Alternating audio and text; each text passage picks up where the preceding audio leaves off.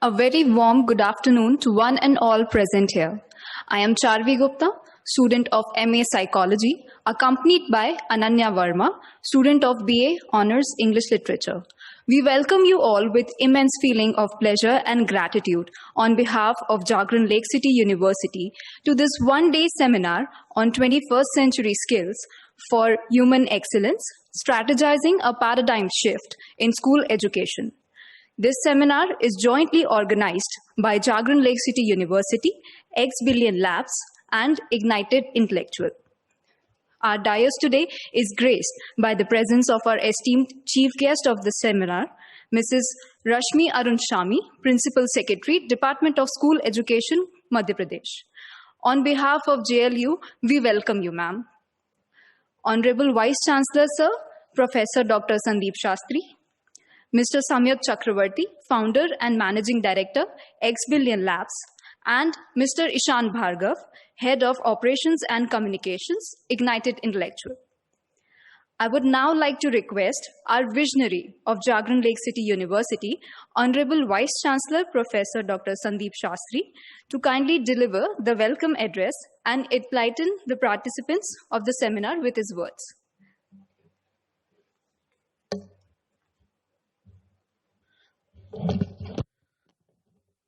Honorable Shrimati Rashmi ji, the Principal Secretary of School Education of the Government of Madhya Pradesh, Samyak ji and Ishan ji, and distinguished participants in this very, very important half-day program that we have organized. The focus of our event today is 21st century skills for human excellence. Are we witnessing a paradigm shift in terms of school education? And it's truly a delight and honor to welcome Rashmi ma'am to this program.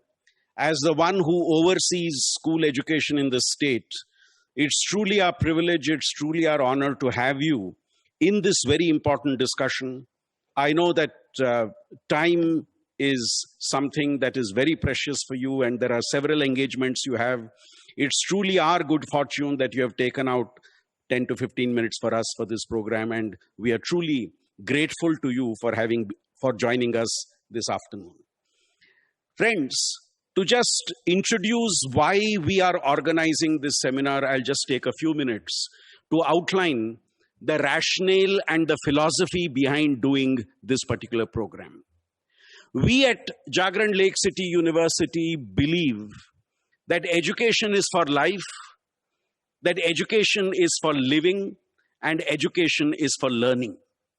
And when we look at these three L's, life, living, and learning, we believe that at the school level, the new generations that are being trained, these new generations have aspirations. Does our education system provide an opportunity for that aspiration to turn into an achievement? The new generation has expectations.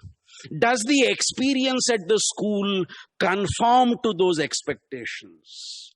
We have a rationale behind how we structure our school education.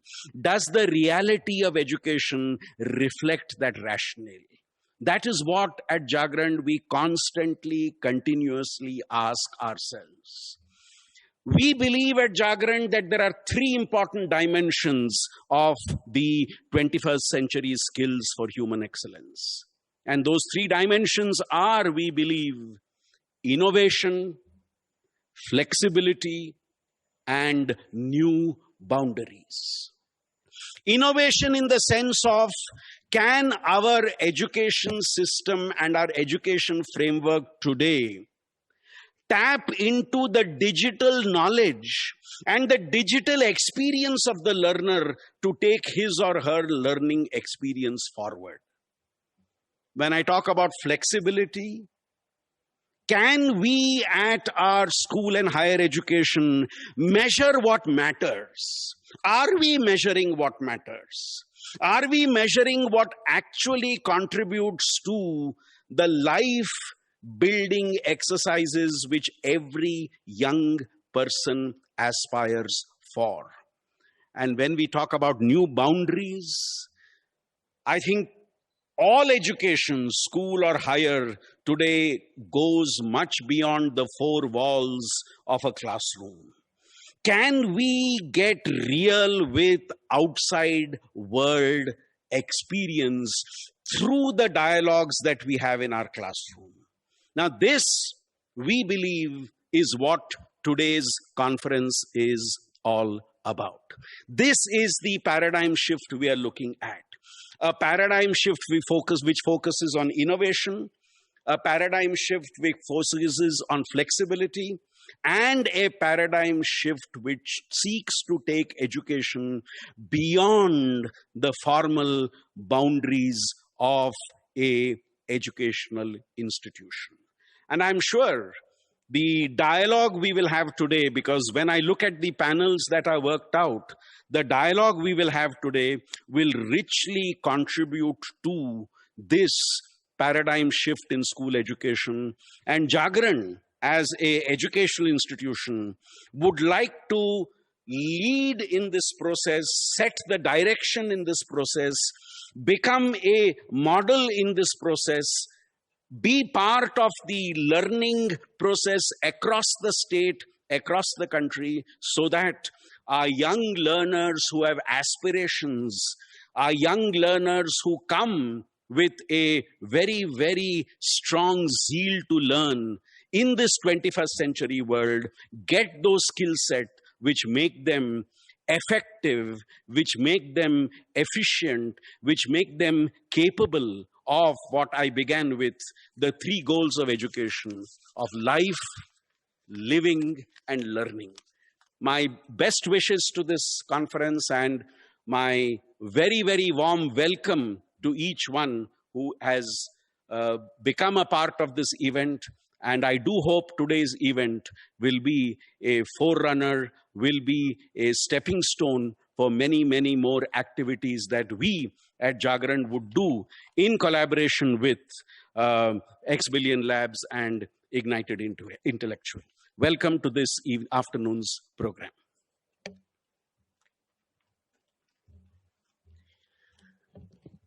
Thank you, sir, for your words of wisdom and for always inspiring our generation. It's my privilege to now introduce Chief Guest, Ms. Rashmi Arunshami, Principal Secretary, Department of School Education, Government of Madhya Pradesh. She was born and brought up in Uttar Pradesh. She studied in Loreto Convent, Lucknow. She pursued her graduation and post-graduation from Lucknow University with Masters in Medieval and Modern Indian History and a PG Diploma in Public Policy and Management from IIM Bangalore.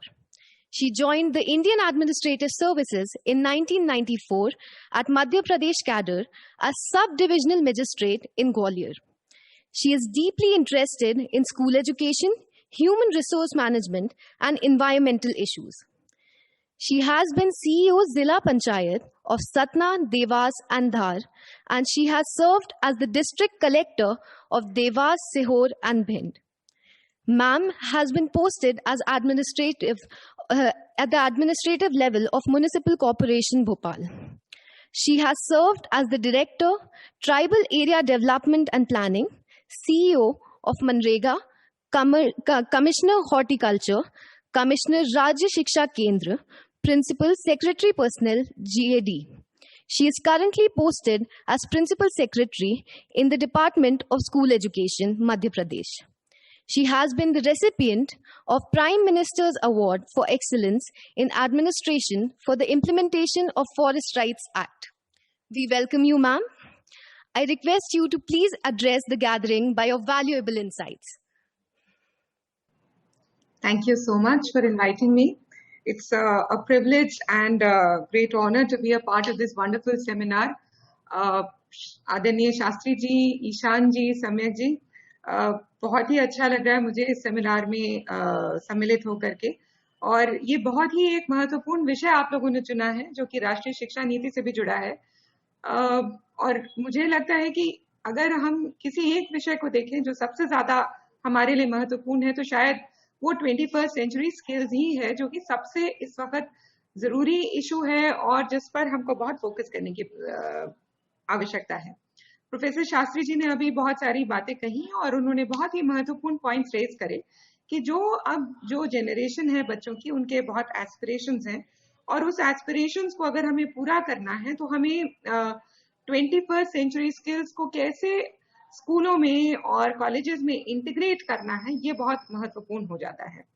अगर हम 21st century skills की बात करें तो critical thinking, communication, collaboration and creativity, ये तो महत्वपूर्ण है ही, लेकिन इनके साथ ही अब बात हो रही है कि डिजिटल लिटरेसी और फाइनेंशियल लिटरेसी पर भी हम फोकस करें और लाइफ स्किल्स पर फोकस करें।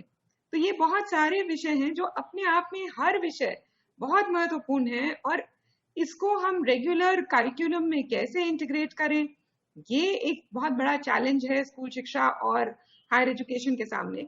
और दूसरा जो बड़ा चैलेंज है वो ये है कि क्या हम अगर इन्हें रेगुलर करिकुलम में नहीं इंटीग्रेट करते हैं तो क्या हम इनके लिए सेपरेट करिकुलम क्रिएट करें और उसको कैसे करें। इन चीजों का आवश्यकता क्यों है, इसको एक छोटा सा मैं उदाहरण आप लोगों को देना चाहूंगी। एक पर्सनल उदाहरण है कि मुझे ध्यान है कि मेरी बेटी जो है वो ग्वालियर में एक स्कूल में पढ़ रही थी। उस वक्त मैं बाहर पोस्टेड थी, तो मेरे हस्बैंड पेरेंट टीचर मीटिंग में गए थे और उन्होंने जो टेस्ट कॉपीज दिखाई जाती, उन्होंने उसमें नोटिस किया कि मेरी बेटी का नंबर एक चीज में काटा था टीचर ने। तो फिल इन द ब्लैंक्स थे और कुछ इस किस्म का एक फिल इन द ब्लैंक था कि जिसमें ये था कि why was this child absent from class. तो उसका फिल इन द ब्लैंक जो था उसमें she had written because this child was sick and the teacher had उन्होंने उसको गलत मार्क करा था क्योंकि उनके अनुसार उसको इल लिखना चाहिए था, ना कि सिक लिखना चाहिए था। तो ये मुझे लगता है कि शायद जो एक बहुत बड़ी दिक्कत हमारे एजुकेशन सिस्टम की है कि एक्सट्रीम रोट लर्निंग, मतलब this was something that really struck me that this is a child who her vocabulary is slightly better than other children. She is able to interchange words, and instead of rewarding that child or at least saying कि हाँ तुमने सही किया है, the teacher has actually deducted her marks.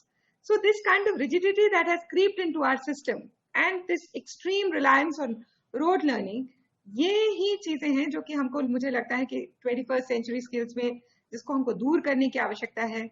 जो हमको लाने की आवश्यकता है वो यही है कि बच्चे क्रिटिकल थिंकिंग कैसे सीखें। क्रिटिकल थिंकिंग और कम्युनिकेशन और क्रिएटिविटी के लिए सबसे पहले तो जरूरी है कि टीचर्स और एजुकेशनल इंस्टीट्यूशंस अपनी जो सोच है उसमें परिवर्तन करें।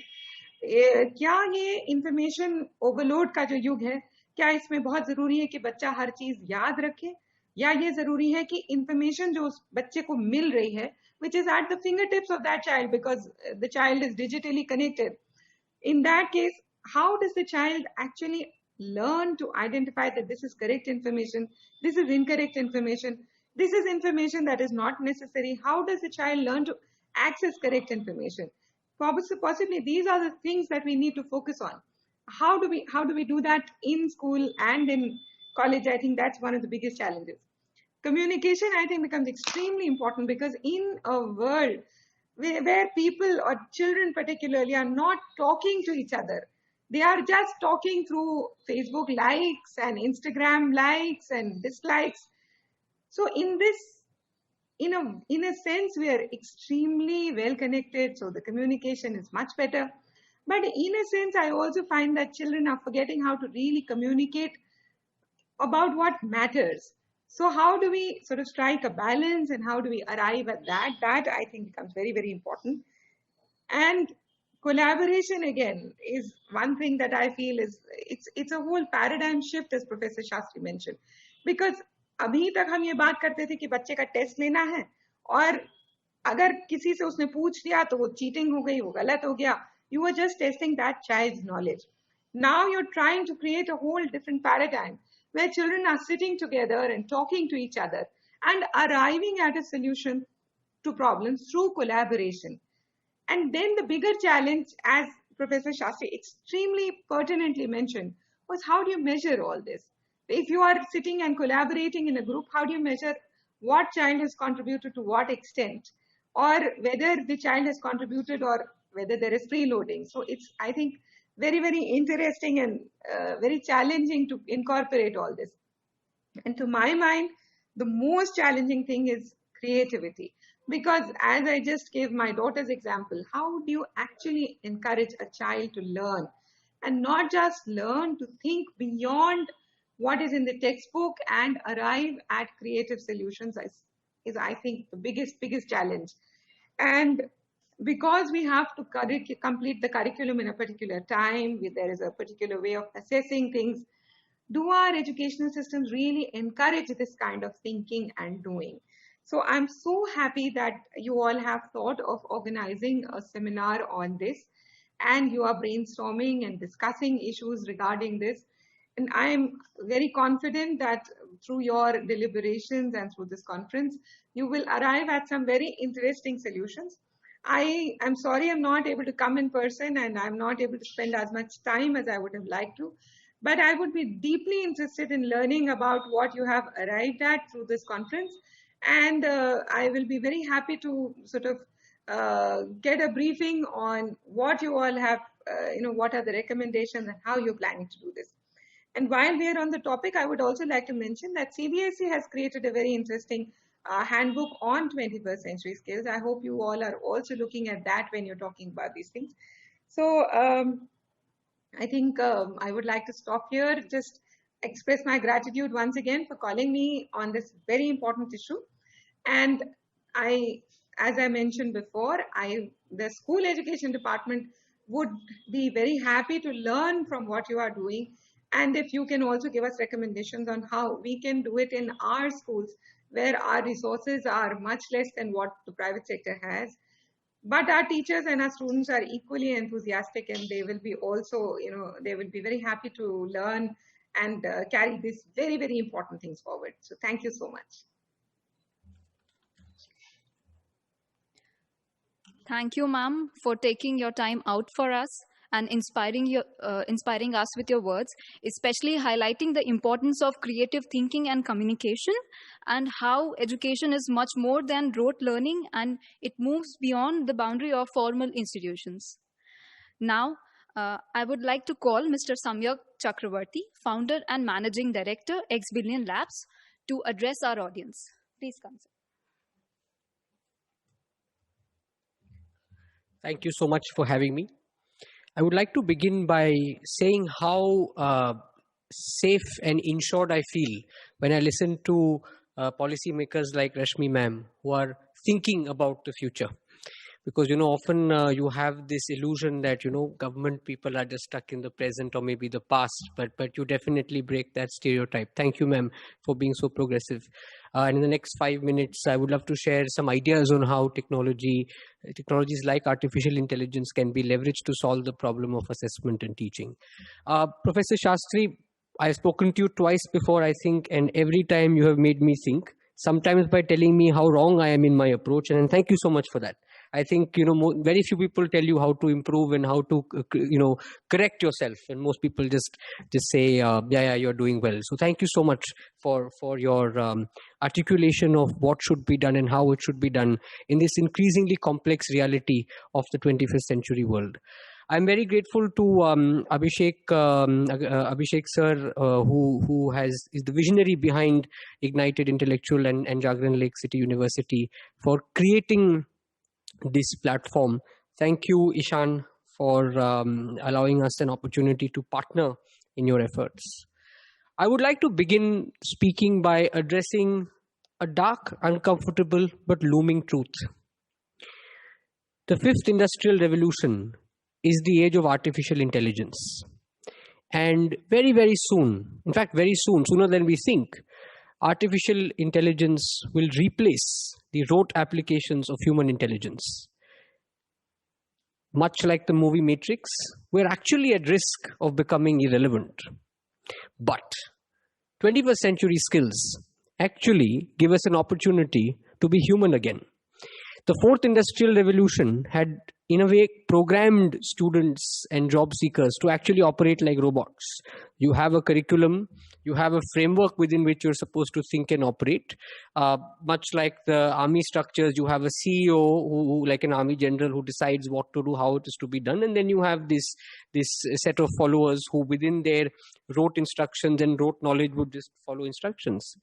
But in the fifth industrial revolution, where those rote tasks are being now performed by artificial intelligence, because it is more efficient. Yes, it is true, it is more efficient. Artificial intelligence is more cost effective, where one code can do the work of 10,000, 50,000, 1 lakh accountants, for example.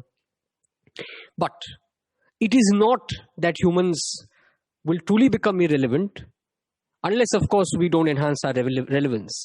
And 21st century workplace skills or 21st century skills give us that opportunity to remain relevant, professionally relevant contributors to the socio and economic development of our nation and of us as a global commune.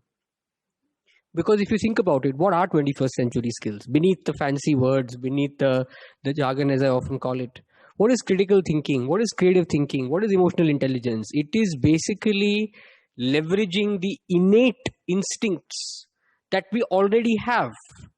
Creative thinking is actually the Flintstone, the application of Flintstone. Emotional intelligence is what? It is essentially understanding how to engage with humans, understanding yourself. What is entrepreneurial mindset? It is basically finding resources to survive, to grow. We have done this since the very first day man was born, however that happened. But as society progressed, and often I actually say devolved, we became less human and more part of a system. We outsourced our intelligence and our very being to a phone. Today a phone tells you who to marry, what kind of person to marry. A phone through Instagram, likes and dislikes, like ma'am said, tells you what kind of life you should lead. Google tells you, oh, please don't use your memory. I will store numbers for you. Oh, you don't need to use your senses. I will navigate you where you're supposed to go. Right? But 21st century skills offers us the opportunity to be human again. As X Billion Skills Lab, and X Billion Lab, which is the parent company, our goal is not, like I tell my team, our goal is not to be a skill development enterprise.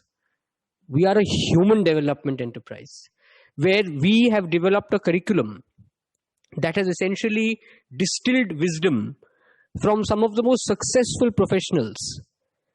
And let me tell you, first, you would think when I first started this, I thought success means only IIT, IIM degree. And I know I have a very esteemed academic here, but I'm going to take the liberty to say the assumption is, okay, unless you don't have a degree, unless you're not from a top college, you're not good enough. But that's not true, because some of the most successful people in the world, yes, have a strong foundation of knowledge, but actually it is their ability to apply that knowledge. Because we might hear of 5 IITians and IIM graduates who've made it big, but there are 500 who've not, because they remain stuck in, I know everything, what I know is enough. But those who've been successful actually have applied their mind on the basis and on the foundation of knowledge. So what we did is we distilled wisdom from thousands of working professionals on how they applied their intelligence, which is essentially the ability to communicate, problem solve, negotiate, apply emotional intelligence to win businesses, grow their businesses, develop technologies, and so on. I'll give you a very interesting example. So Nissan, which is trying to be at the forefront of automated cars, has actually hired an anthropologist to design the algorithm of the car.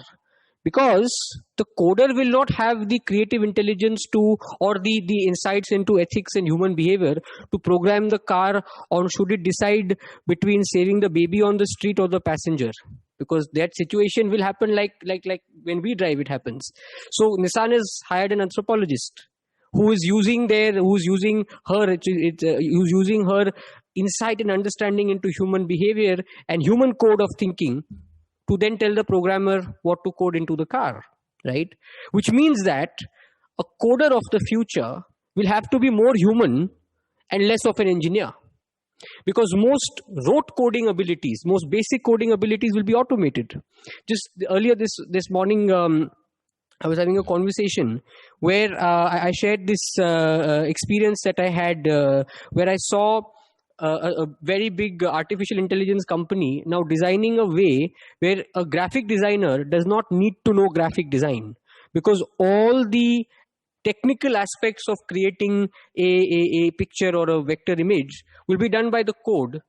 All the graphic designer has to do have the ability to imagine. So there will be electrodes put on that person's head, and they just have to imagine what the picture or the painting, etc., should look like, and the code will produce it. Which means, like Rashmi ma'am said, Sandeep sir said, we need to learn how to imagine. Nobody teaches how to imagine. People teach us how to replicate. So, like I said, 21st century skills is an opportunity for us to be human again, for us to be relevant again. And it is not just about professional excellence. It is about even as humans. Now, for example, when we have so much of information overload on social media, how do you know what to absorb, what to trash, and what to implement? 21st century skills will give us the opportunity to use our faculties to distinguish, to discriminate between what is required and what is not.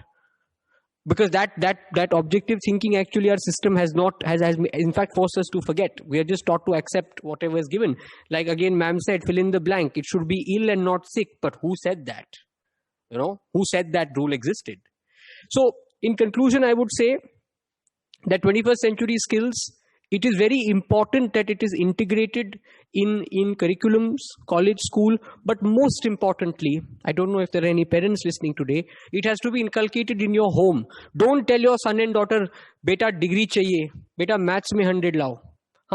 Maths mein to 100 lao, lekin life skills mein bhi 100 lao. And then comes the question, okay, how do we measure that?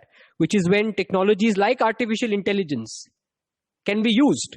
A very interesting story was that before the spear was invented, man was the one predated and not the predator. Similarly, we have to create a spear to keep us in control of artificial intelligence, which is by enhancing our own application of intelligence. And now, if you're able to do that, you can use technologies like AI to customize learning journeys, to create, to be able to compute non-mathematically accurate assessment, because you can't say 7 out of 10 emotional intelligence, because it is a very abstract reality, emotional intelligence. So there have to be fluid ways of measuring, which technology can enable us to do. So to conclude, I am very, very excited about this partnership with Ignited Intellectual, Jagran Lake University, and all the amazing minds that both these institutions have, to be able to not just have a conversation on 21st century skills, but to take it to action and socialize it across the country. Thank you so much.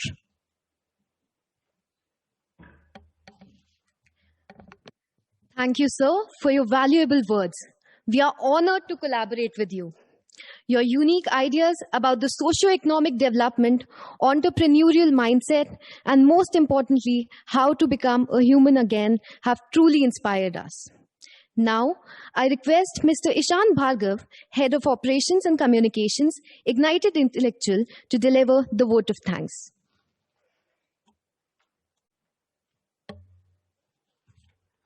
A very warm welcome to all our guests and speakers.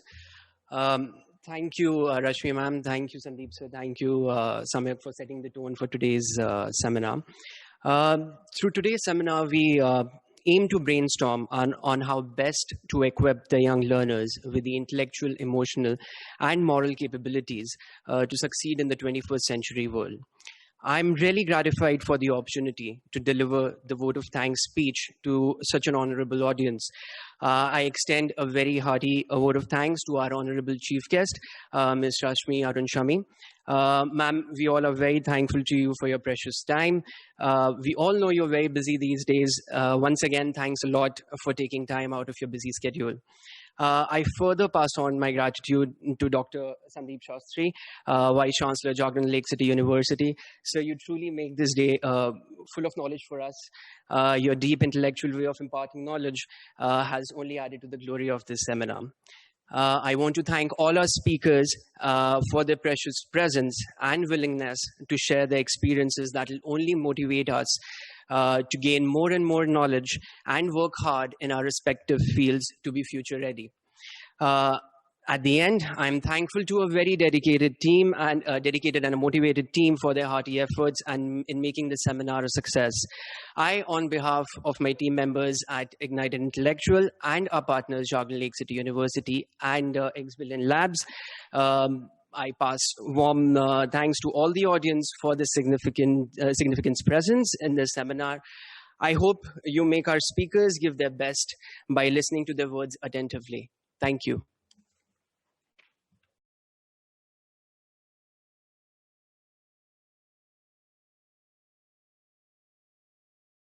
Continuing with this mesmerizing, innovative, and inspiring energy, let us now begin with the first session of our seminar. The topic of discussion for this session is Skilling Gen Z for Lifelong Learning. It will be led by our keynote speaker, Dr. V. Sudhakar, and our esteemed discussants, Dr. Padma Sarangapani and Mr. Samyak Chakraborty. Dr. V. Sudhakar is currently working as a professor in Department of Education and Dean of School of English Language Education at English and Foreign Languages Central University, Hyderabad. He has also been associated with Osmania University for more than 2 decades and with Wipro Technologies Bangalore as head of Center of Excellence, and then he moved to IFLU Hyderabad. He was awarded the National Merit Scholarship Government of India, the ICPR Research Fellowship Award, and the Award of Eminence in the field of teacher education by Indian Association of Teacher Educators.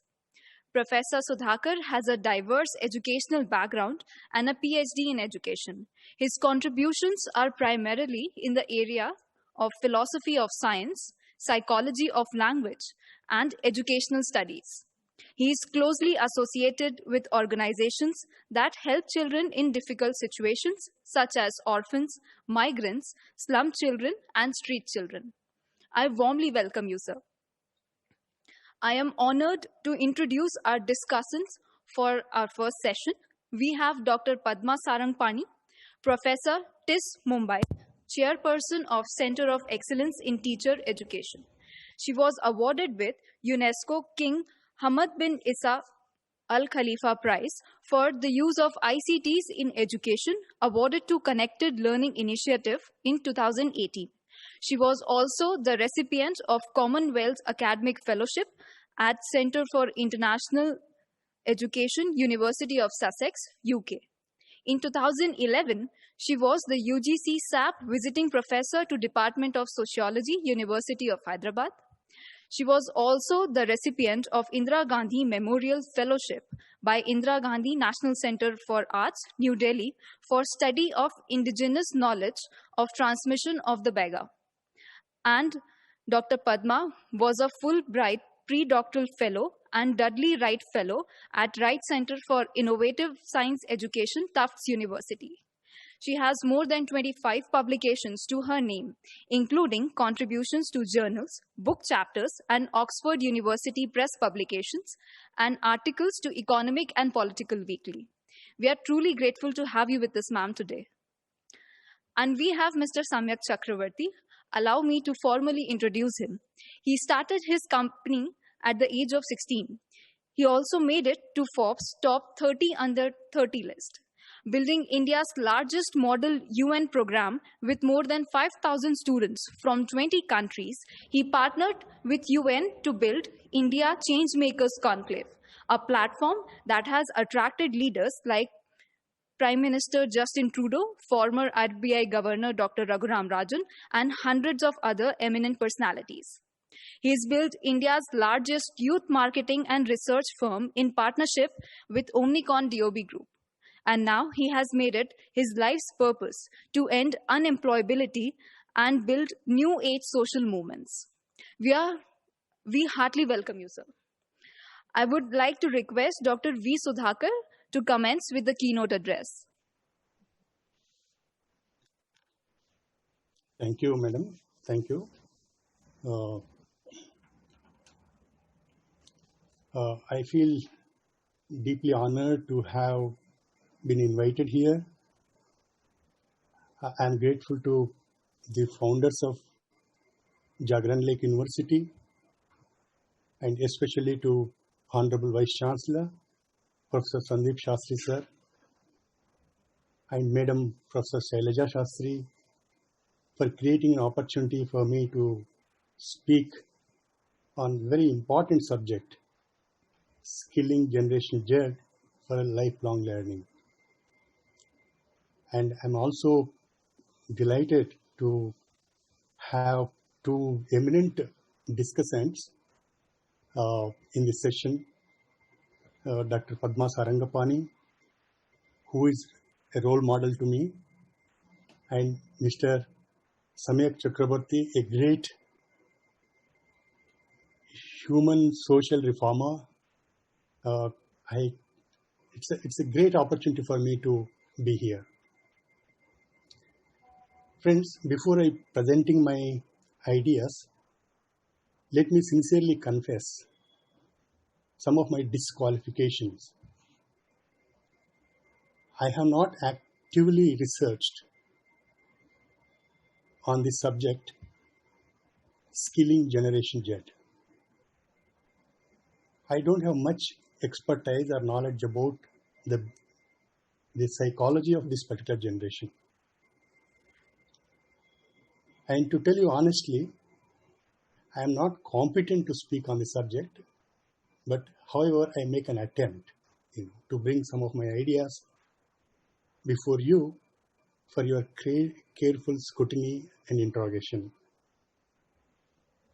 As a teacher of child psychology and child development, I used to speak a different kind of language.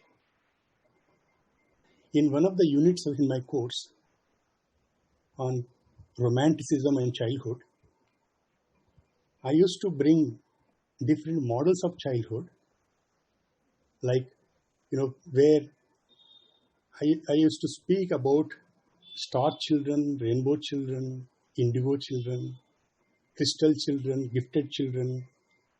That kind of language I used to speak in my class. But this new language of generations, which we have been thinking today, is a new language to me.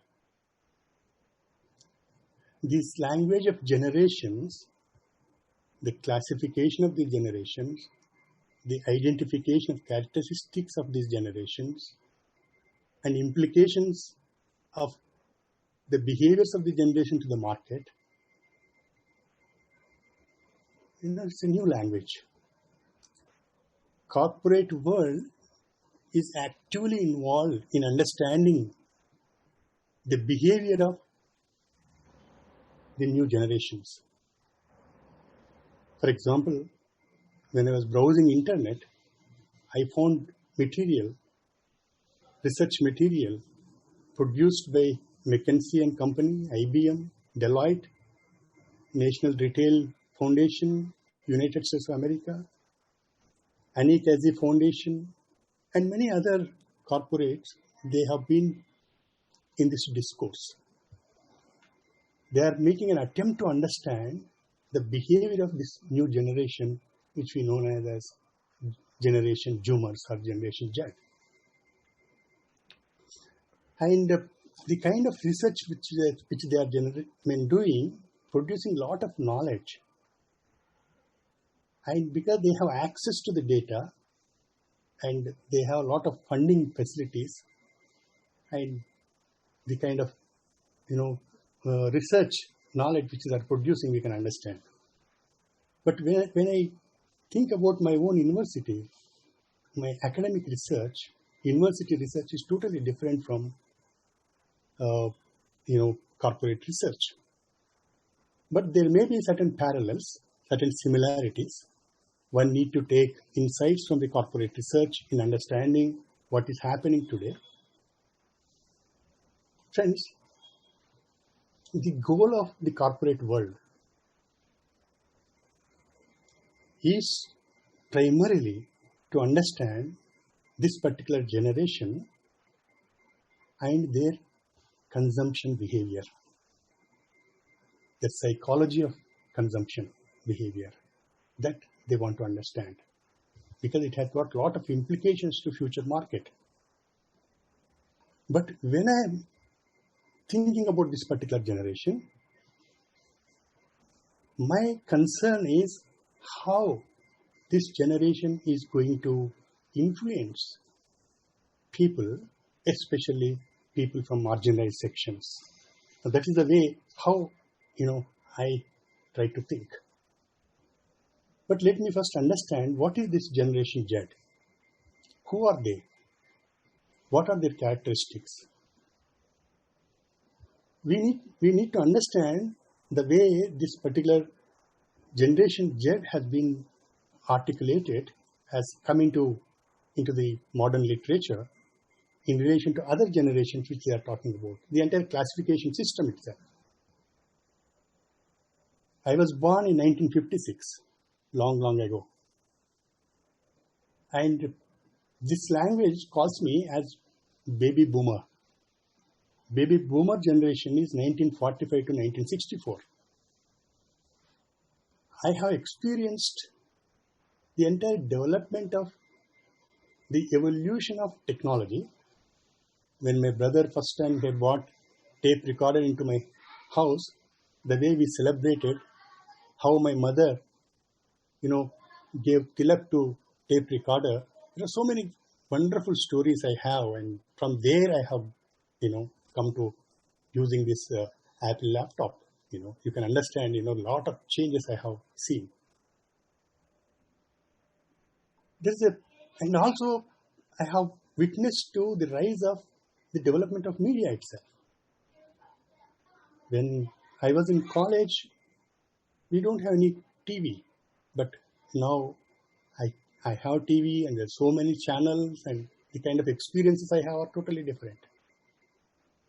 But people who were born after 1965, which they call it Generation X, 1965 to 1981, 1981 to 1996 or 94, these years are not strict boundaries, but by and large, the way they have been classifying that baby boomers, Generation X, millennials, that is Generation Y, and now we have 1995 to 2012, or by and large that particular period, as Generation Z, and after Generation Z, people who are born after 2012, we are calling it as Alpha generation. This is the classification, the language of classification which people are using today. You see, if you look at the kind of research which has generated the corporate research, the results of corporate research about this particular generation, some of these findings I would like to present before you, because this Generation Z were born in the internet society. So internet has become a part of their DNA. They are with tablets. When they have entered into this world, there's a tablet, smartphones, whatnot. The different kind of gadgets and technology. The entire society is a totally different kind of society. They are immersed in YouTubes, and people call them as true digital natives. And they're active in social networks and mobile systems, and they're highly multitasking. I see my own students, and they are independent, and they have limited attention span. This is a very important discovery, because they are hypercognitive generation, people call them as. They are very comfortable with collecting data, cross-referencing of many sources of information, and they are highly competent in integrating virtual and offline experiences. And most importantly, this generation, there are certain important findings which impressed me very much, is the search for truth. When they are trying to understand a company, a product, always they probe into that. They do a lot of serious investigation into the ethical foundations of the manufacturing itself. And they value individual experiences, and many times they believe in a healthy dialogue. the efficiency of the dialogue. And they're highly analytical, pragmatic, and they're open to, understanding of how to understand others. And they have multiple identities. They don't want to go with one single identity. And they're very liberal in their approach and religious also, they accept others' ideas, very accommodative, and they want to connect with different people across.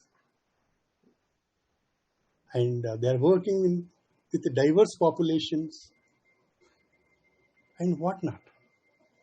If you look at this generation who are going to enter into the last, the part of this generation are going to enter into the employability sector.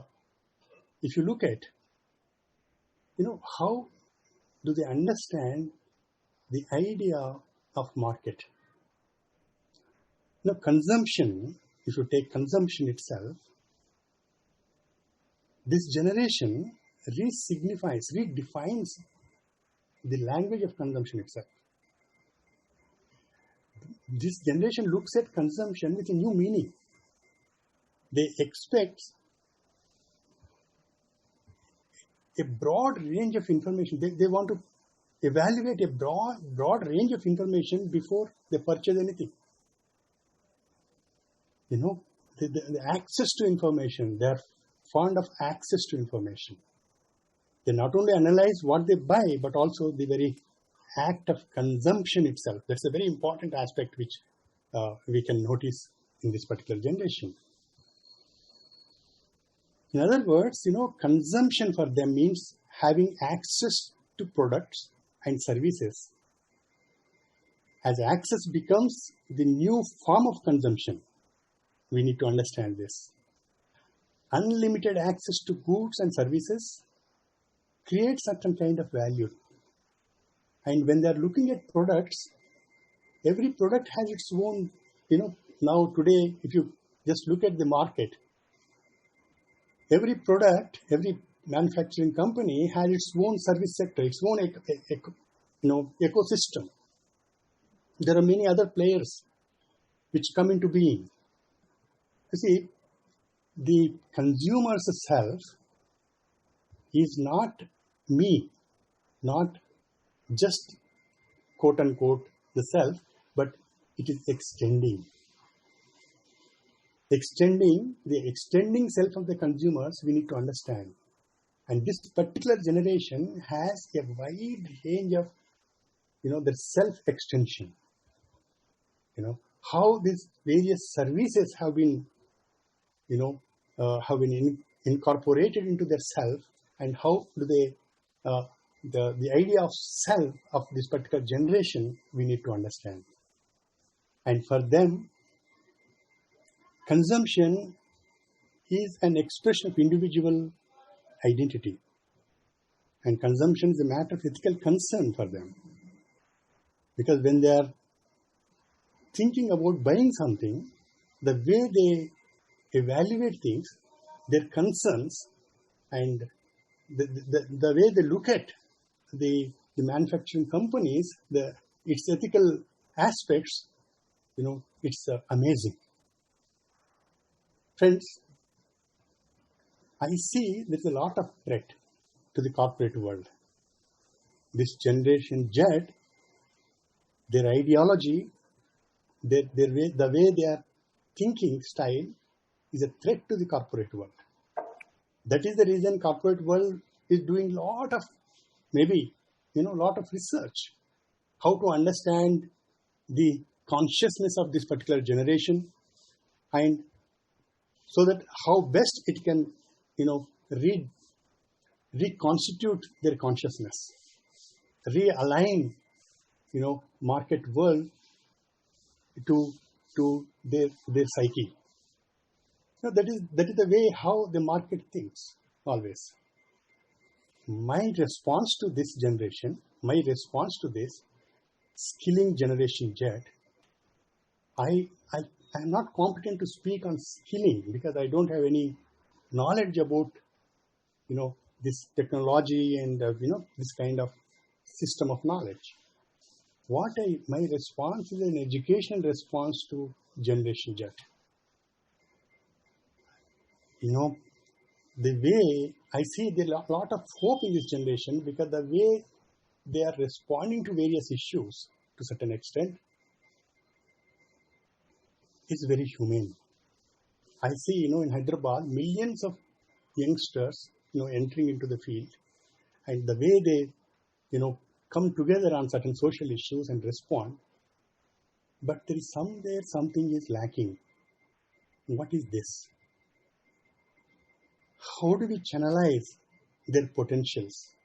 How can we transform them as an effective citizens and as human beings? This is a very important educational response. We need to think about it. And because there is a spark in them, there is a human spark in them, the divine spark in them, that need to be channelized, that need to be, put it in a perspective.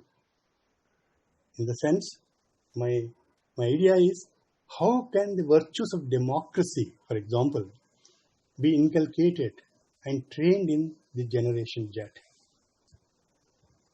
When I'm talking about the virtues of democracy, I'm talking about the deep, idea of democracy itself. Because when you talk about the Generation Z is one part of the entire continuum. The same generation, there are people who are totally marginalized. Or if you take the Indian context, they do not have anything. No mobile, no internet, no access to anything. That kind of generation is also there, parallelly existing with this generation. And we need to think about, and this Generation Z should think about their fellow generation, their fellow people. That is very important. How best I can make, an attempt to create such kind of, pedagogical and educational spaces so that they can think about others, think about, the other people. So that is my concern. Friends, we need to look at when you look at this entire, discourse on Generation Z, as an educational response, I think in terms of Dr. Abdul Kalam, Dr. Babar Ali, Dr. Samyak Chakraborty who have made a significant contribution, from a different perspective, and how they have been changing the lives of people. That kind of, thing is very important for me as an educational response. How can I connect with this generation? How best I can connect with this generation? This I have been thinking about it. And how the institutions can do something for this. How can they bring these virtues, thinking about other people, creating a democratic, life around, that's what is important. We have been witnessing, the world has been changing, that we know. There's a lot of migration, digitalization, the new colonial expansion of capital, internalization, globalization of economy. The new culture is coming into being, and that we have been experiencing all these things. But friends, as one of our professors mentioned, that we are in the paradigm of shopping. Shopping has become a defining paradigm of our age now. The logic of shopping, if you look at, it is creating desires in us. And the market is creating, constructing our consciousness. What to taste, what to hear, what to listen, what to observe. Everything, the market is constructing it. Our society has become total an impulse society. So Amazon and Flipkart, they are dictating us. Market manufacturers, they manufacture our desires. The idea of our being itself is influenced by many areas of our life and relations by the market. And economy, politics, whatnot, even the entire planet Earth is got influenced by this kind of market. Friends, education has fallen the victim of this. Because we need to understand Generation Z from a larger neoliberal economy perspective. Without that, you cannot understand this particular Generation Z's behavior. And when you look at, our education system itself, the schools and universities, they have become as shops. Student has become the new language. Student has become as a consumer. And the new market language has entered into education. Education, people are calling it as business. Sir, people are talking about sorry to intervene you at this moment. So we're just running out of time. I Yes. actually wanted to see how you and I could have a conversation with Padma ma'am about this. Yes, yes. Because your insights. I will Sorry? stop it here. I will stop it here so that. Yes, only because I think it'll be better if we could have a conversation with each other for the benefit of the audience. I agree, sir. I agree. But what you said, sir, and your deep critical insight is very valuable because, often in this race of following what's happening and catching up with what's happening, we never step back and think critically about the what, why, and what next. I think that's extremely important. I would like to bring in Padma ma'am over here to kind of get in her view on what sir said and in general about the topic. Ma'am, if you'd be okay, I'd probably start with the question. Do you really think? I often think actually. Let me tell you, set a context. I was talking to my grandmother, and she's an anthropologist, and she said that it's very weird as to why everything about generation is getting so much importance, because every generation is different, is different, and every generation the time is different. Do you really think that this generation is doing anything or behaving like anything that they should not, given the reality that exists? So, for example, my grandmother would say, I'll find you a wife. But today Tinder is saying, I will find a wife for you. Now, it is because Tinder exists, Tinder or a matchmaking app. When my grandmother was probably dating my grandfather, there was no Tinder. So, do you really think that is the generation a problem, or is it just the course of nature?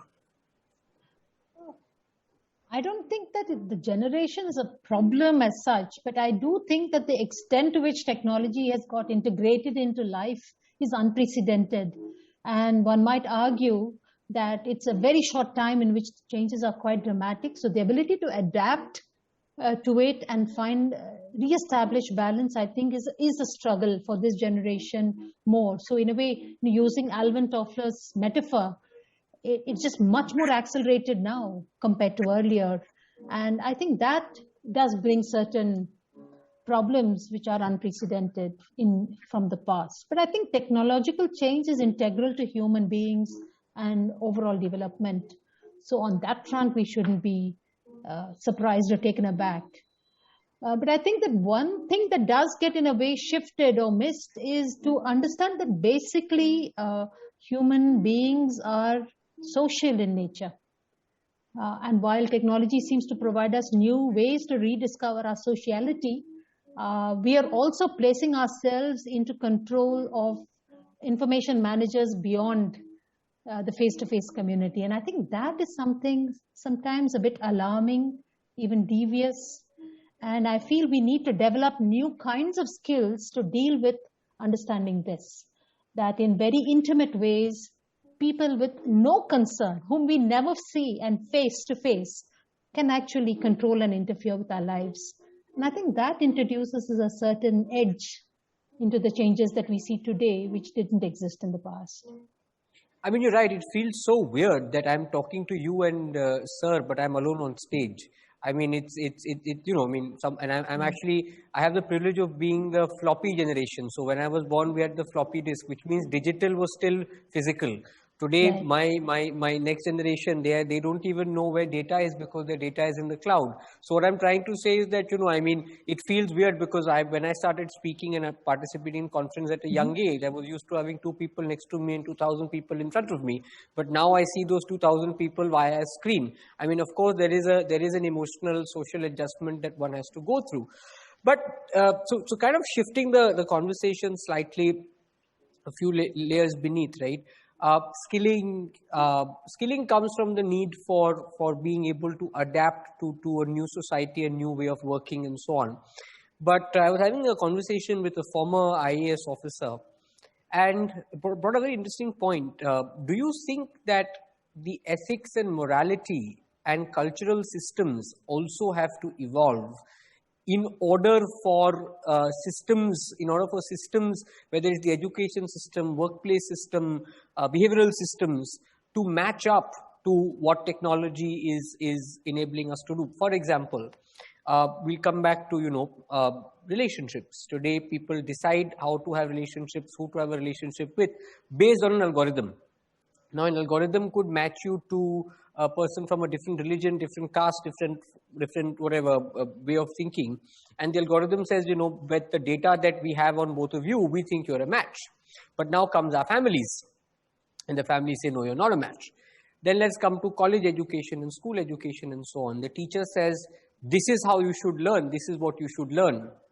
But today's education system is like Netflix. I mean, most edtech companies are essentially a Netflix for education. You pick what you should learn and you decide what you should learn. Actually, that is such a deeply problematic shift. I feel that it's being pushed and it is with very shallow understanding of how education makes us into who we are, and the importance of identity formation and social relationships for education. In fact, I feel this is a dangerous sham to think that you're buying content, but you're not buying education. MIT has no problem putting all its open stuff on open courseware because they know that the MIT educational experience happens only when you go to the campus. It's not about the content which is put up on the web for consumption. Education is essentially not a consumptive activity. It is a deeply creative, relational activity. And I think the pandemic has taught us that. The pandemic has taught us that there is only so much that you learn through this kind of medium as a consumer. And if you don't have the social interaction and relationship building between teachers and students, we're really not going to get very far with education. So I'm deeply concerned that we continue to, there is something immoral about selling this idea as the educational dream. But here's a hard truth, immoral. Ma'am. But here's a hard truth, ma'am. So I'm raising funds for my social enterprise, which is a skill development enterprise. And I made a pitch which said that, we are a company that in 6 months was able to generate revenue, get paid learners, and achieve 60% placement success. But then the investor asked me, okay, but how many million subscribers do you have? So I said, I don't have million subscribers, right? And then we got on to talking, and my conclusion was that with the interference of capitalism in education and getting this, VC venture capitalist money, now education itself has become a commodity. For example, Byju's is known for how much money it raised and how many companies it acquired versus how it evolved and improved the quality of education. But the world is celebrating this, and our policy makers are enabling this, whichever government. It's not about anti-government. Then are we being cynics, or are we being still living into an old world? No, I don't believe so at all. And if you look at the student unrest which is rising through the pandemic, it will tell us that we are simply not on the wrong track. Students are telling us, look, if I can't get to campus and be there with my peers and with you as my teachers, I really don't feel I'm understanding why I'm being educated and what's the significance of what I'm learning. So this web of epistemic relationships is central to education. And I think there is this famous Stephen Gould book called The Mismeasure of Man. And I think a lot of the measurement is completely in the wrong direction. Those are not the things to measure. And I think the hard question to ask is, do you want your child to learn skills in that way? No.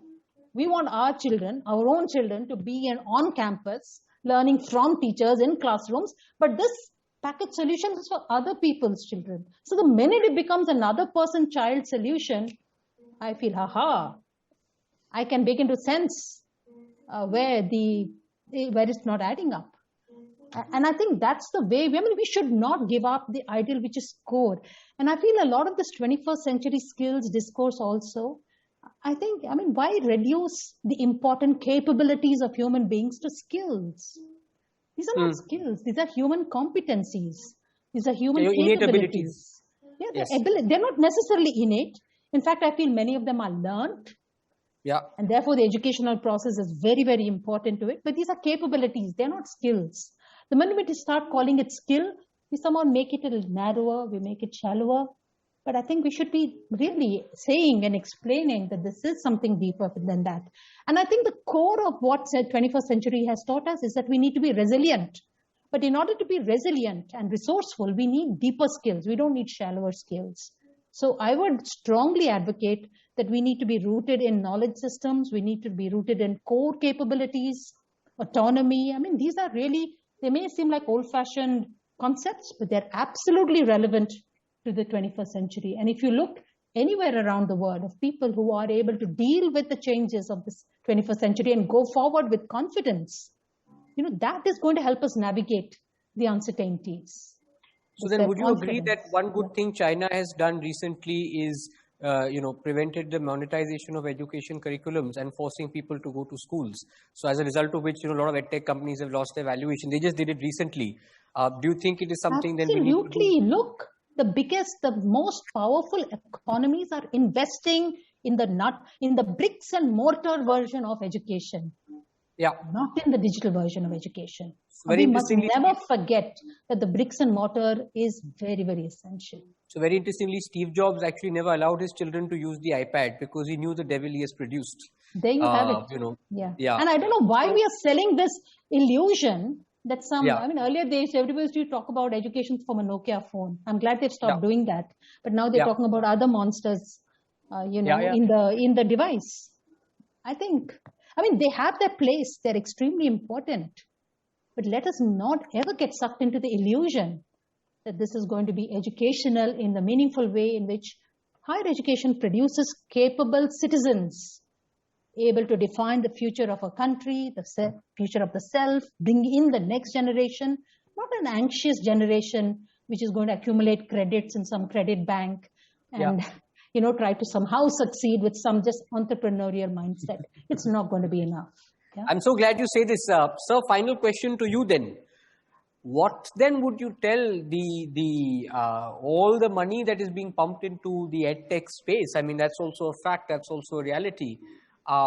Would you then say that industries like education, healthcare, for example, should cease to be industries and more national functions?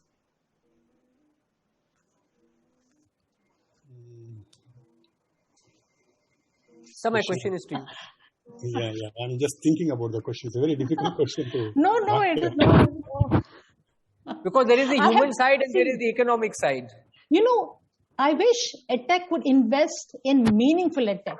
I am not at all a Luddite saying throw EdTech out of the window. In fact, the prize that was just mentioned as I was introduced, it was a King Hamad Prize for use of technology. And I've really worked with how technology can be meaningfully used in educational context. But designing good content is extremely expensive, capital intensive, and requires research. We can't have talking heads on a screen masquerading as educational content.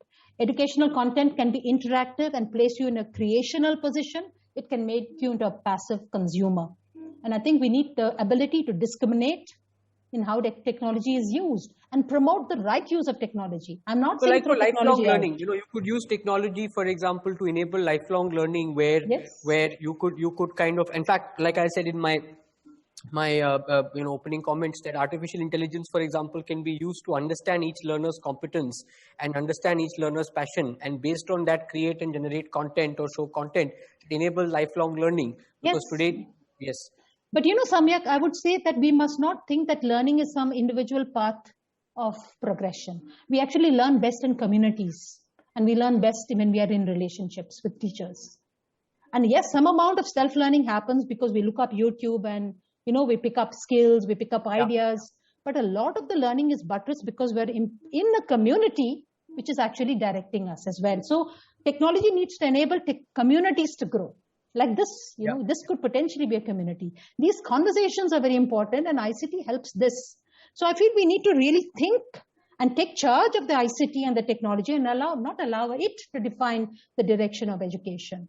In fact, I feel a lot of the data gathering capabilities of ICT is completely overdone in educational uses. We should underplay that and really think much more of creative, interactive, communicative capabilities that ICT promotes, and really invest in high quality design, which is research based, which can really drive and enable technology to derive meaningfully for learners. But in to conclude this conversation, somewhere, if you were to say, what are the skills that this generation needs to learn, skills, attitudes, behaviors, whatever you call it, in order to navigate a complex world that we live in and navigate a highly competitive workplace that people must work at, because earning the bread, earning the salary is still a fundamental truth.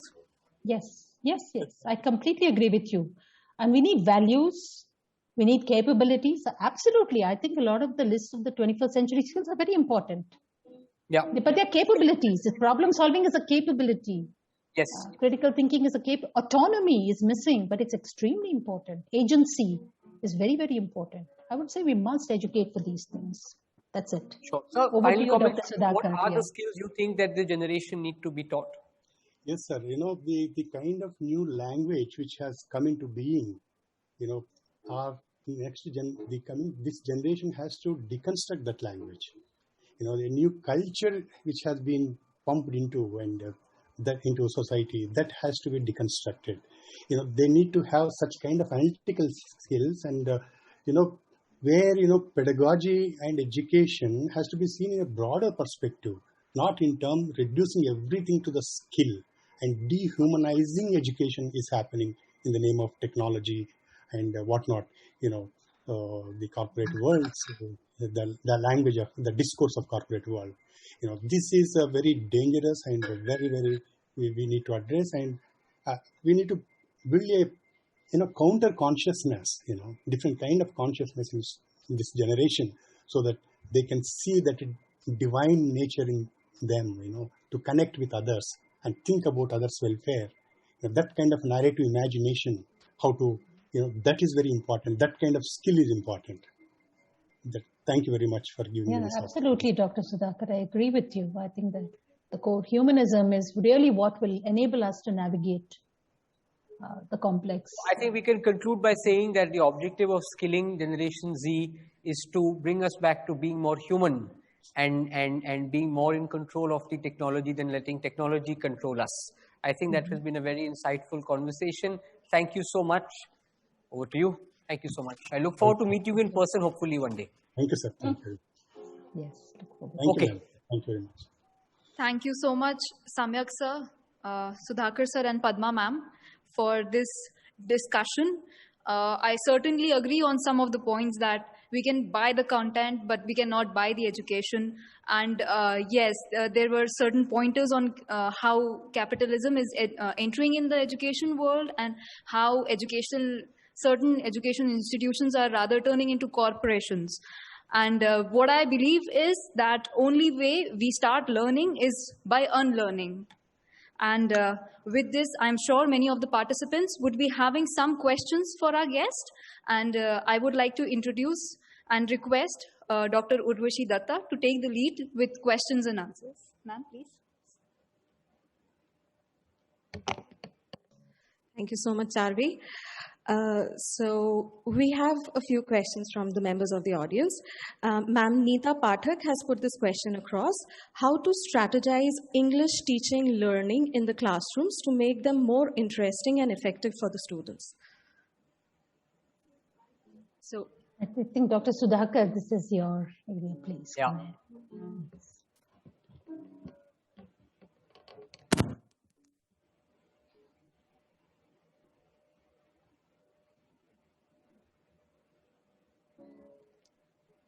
I think you might need to repeat the question. I think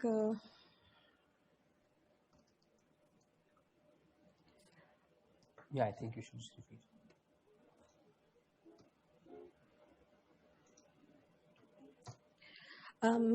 I'll repeat the question once. How to strategize English teaching learning in the classrooms to make them more interesting and effective for the students? So that's Sudhakar sir, if you're there.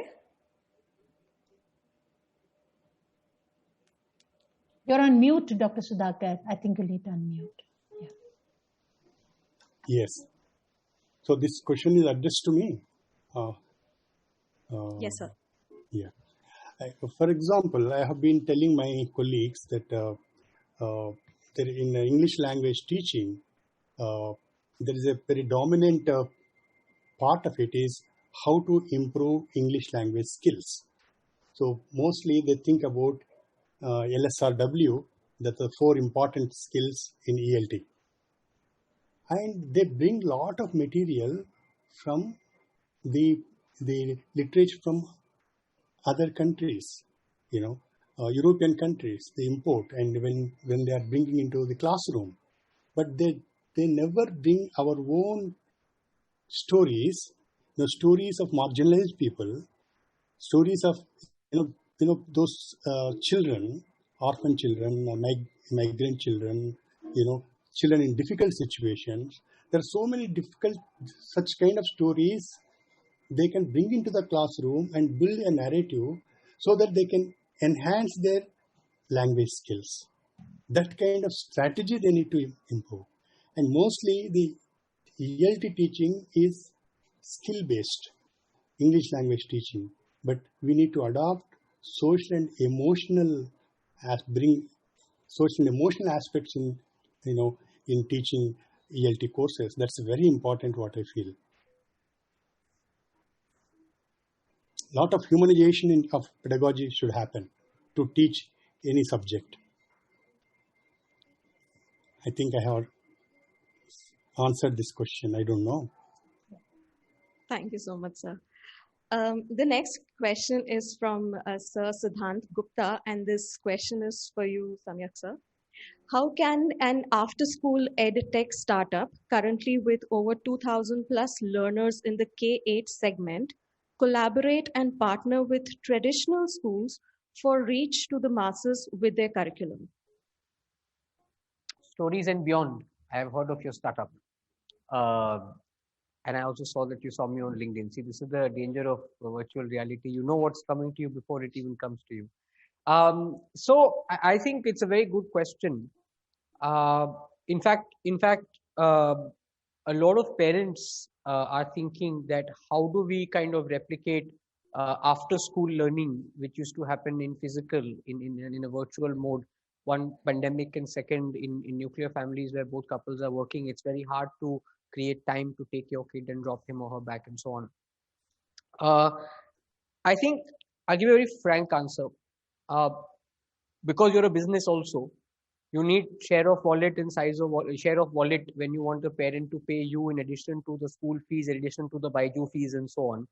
You need to be able to demonstrate the outcome.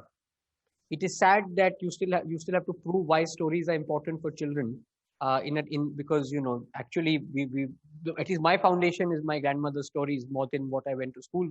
But today's parents are so focused on just doing what is minimum required, and in the context of how it helps my child get into a better college and therefore a better job, I think it's very important for you to clearly state the return on money and time invested.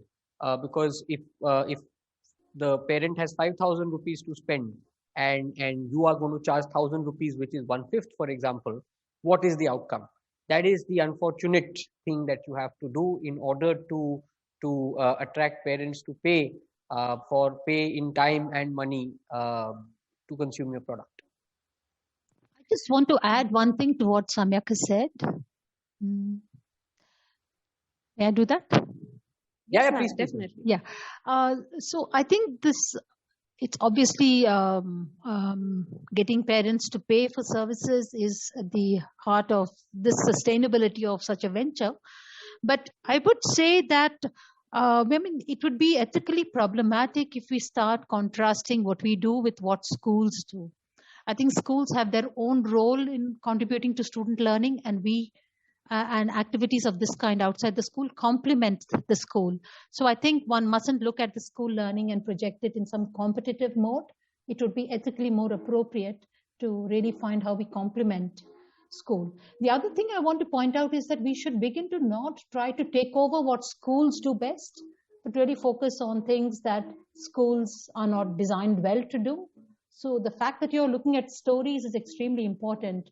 But rather than emphasizing on narrow functional literacy outcomes, I think you should start focusing more on the the non-cognitive, the socio-emotional development kind of outcomes that are achieved through stories.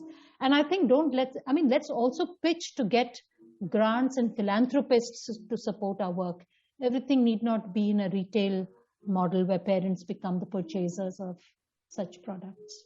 I think another answer I'd like to add is that if you're an educationist, you have to also, if an educationist, you have to be a 70% educationist and 30% entrepreneur. If you become 70% entrepreneur and 30% educationist, that's dangerous. Then instead of stories, you'd rather sell coding, which is already what's happening. He has put another question for us. How to solve the challenges of access to good quality teachers in rural India, which has over 14 million government schools. So he adds to that, only technology can solve it at that scale. So your views on that? I'll take that answer because I've actually partnered with an organization called SEVA, Self-Employed Women's Association. And we're actually solving the challenge of how do we get high quality exposure and education in rural areas. One, because unfortunately today a farmer's child does not want to be a farmer. He or she wants to work as an analyst at a bank, because those are the kind of aspirations which are being built out because now you have access to the phone. Earlier, when a farmer's child only saw the farm, so he or she would farm. So how do you get like high quality education to rural areas, because they also have aspirations? So, unfortunately, and I think we already discussed that previously, technology may actually be not the solution. Because yes, it is very easy to put this screen in a government school, and then you have this one teacher, the best teacher. You could have Professor Shastri teach 10,000 schools across the country. But Professor Shastri being in that village will be far more powerful than him talking to 10,000 kids through like 1,000 screens, right? So actually the solution is far more complex. It is convincing good teachers in urban areas to, as part of their national service or human service, to take time to go there. Why also is because when you teach and upskill rural youth or rural children, they are 20 steps behind. So they need far more hand-holding, far more of that human energy, far more personal mentoring, counseling, and which cannot happen virtually. Unfortunately, it's not possible. There is something about the human touch, and you can't really ignore it. So like how, earlier you had doctors who as a part of their program would go to rural areas and serve for a couple of years. I think somehow at a policy level, at a mindset change level, at a people movement level, teachers, educationists, professionals need to travel physically. That's the solution. It is not popular, it is not possible, but it is the solution. Now, we may find efficient ways, it may not solve, it might just move the needle slightly. Yeah, I think it's absolutely right, Samyak. I think getting good teachers out there. Actually, the government schooling system already has many, many great teachers, and I think we need to recognize that and support them to also take time. Right now, many of the policies lead to young novice teachers going to the rural and hinterland, and the more mature teachers actually over the years migrate towards the urban centers. Somehow we need to be able to reverse that so that rural areas get more experienced teachers. The other thing is, we have important lessons to learn from Cuba. They pointed out that it's not that rural students are deficient, but it's really that the social capital is not devolving into rural areas. So people in rural areas simply don't know about opportunities, and they don't have access to the social networks through which opportunities actually come their way. Many of us have benefited, from connections and social networks. And that's what good professional experienced teachers do in rural areas. They devolve social capital. And if we can enable that to happen more systematically as a society, I think we would automatically begin to see a lot of positive change and energy among rural students. In a country like India, it's very important not only to bridge the economic divide, but the intellectual and exposure divide, which I think is a greater problem. Because in my business of skilling, I've seen that sometimes people from very rich families are not really well exposed children, because wealth does not equate to exposure or intelligence. It just probably equates to hustle. So it's really important to also bridge that exposure and intellect divide. But the only way it can happen is by physical transfer and physical presence. May not really succeed. And I know I run an e-learning company, but it's okay. My investors are not listening. Okay, thank you so much. I have one question. Since the session was about lifelong learning, and I am a teacher, although I'm in the higher education side, I have a son, and I find that he is very well versed with all the technology and everything. But when the minute I tell him to sit down and come on, start writing, start doing your work, he doesn't want to do that, and it boggles my mind to bring that creativity in, so that I help him to foster that learning environment. And I have already done my learning part, supposedly. And now I see myself that I am very stuck in my own ways in how I want to teach my child. So I want him to study in this manner. You have to write these many pages. You have to do this much work. So how do I change my own outlook and bring myself to that lifelong learner phase, so that I can foster the right kind of learning environment for my child? If I may take the first answer. And so we obviously heard the famous saying, you can't force the horse to drink water, but you have to take the horse to the water. So what is lifelong learning? It's essentially creating a stream of knowledge that continuously flows. But the trick is, how do you encourage the horse to want to drink the water at all points of time, right? Which is essentially promoting your child to keep learning. The actual answer is, it cannot be water, it has to be Coca-Cola. Essentially, it means that kids don't want to drink water, they want to have Coca-Cola and juice, which means that how do you make learning interesting, fun, gamified? There is the holy grail to enabling lifelong learning. Because your son would rather choose, or like most children and like us humans, you'd rather choose to watch Netflix or go play if that's an opportunity anymore, rather than sit and consume even online some form of learning content. So I think the solution, and where a lot of capital and thought needs to be invested, is how do you make learning fun, which means I met this really interesting organization called Magic Bus based out of Bombay, where they teach collaboration and leadership through football. And they teach that to youth from underprivileged, under-resourced communities. And those kids are brilliant. They die to go play, but actually they're learning. So it's not really you're playing football. There's a lot of lessons integrated. So I think the solution lies there. The problem with parents, and I'm sure it's not you, padhai is like eating that karela. Sikhna is like eating that bhindi you don't like. But how do you make it into a burger and pizza? That's the challenge. Now that's on to you, because it's about the mindset that you program your kid, that anything that you must do becomes what you don't want to do. So I think that's where you have to apply some behavioral science and those techniques to be able to tell the child, Mummy, mujhe padhna hai, mujhe ye seekhna hai. That's the transformation that you need to achieve. And that's, I think, the key behind lifelong learning. People assume interest. So for example, an interesting stat is, there's only 8 to 10% completion in online learning. Despite billions of dollars being pumped in, only 10% of the total audience completes the course, because learning is not an innate function unless you have a carrot attached to it, and the stick doesn't work anymore. That's my perspective. But then when I look at all the teachers also that are there, they're doing their best, and they have been put into this online mode at this present moment. And with this, with no training apparently, and you just have to start taking online classes.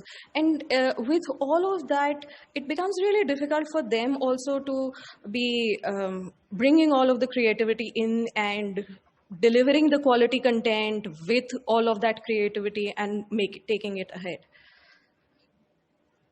So thank you so much, Sudhakar sir. Thank you, Padma ma'am. Thank you, Samyak sir, for all your inputs, and all the members in the audience who put their views forward for us. With this, we bring the first session of the day to a close. It is time now to proceed to the second session of the day, which is a panel discussion on new literacies, what, why, and how. This is moderated by Dr. Shailja Shastri. Ma'am is the Dean of Faculty of Liberal Arts and Humanities at JLU. Ma'am, over to you.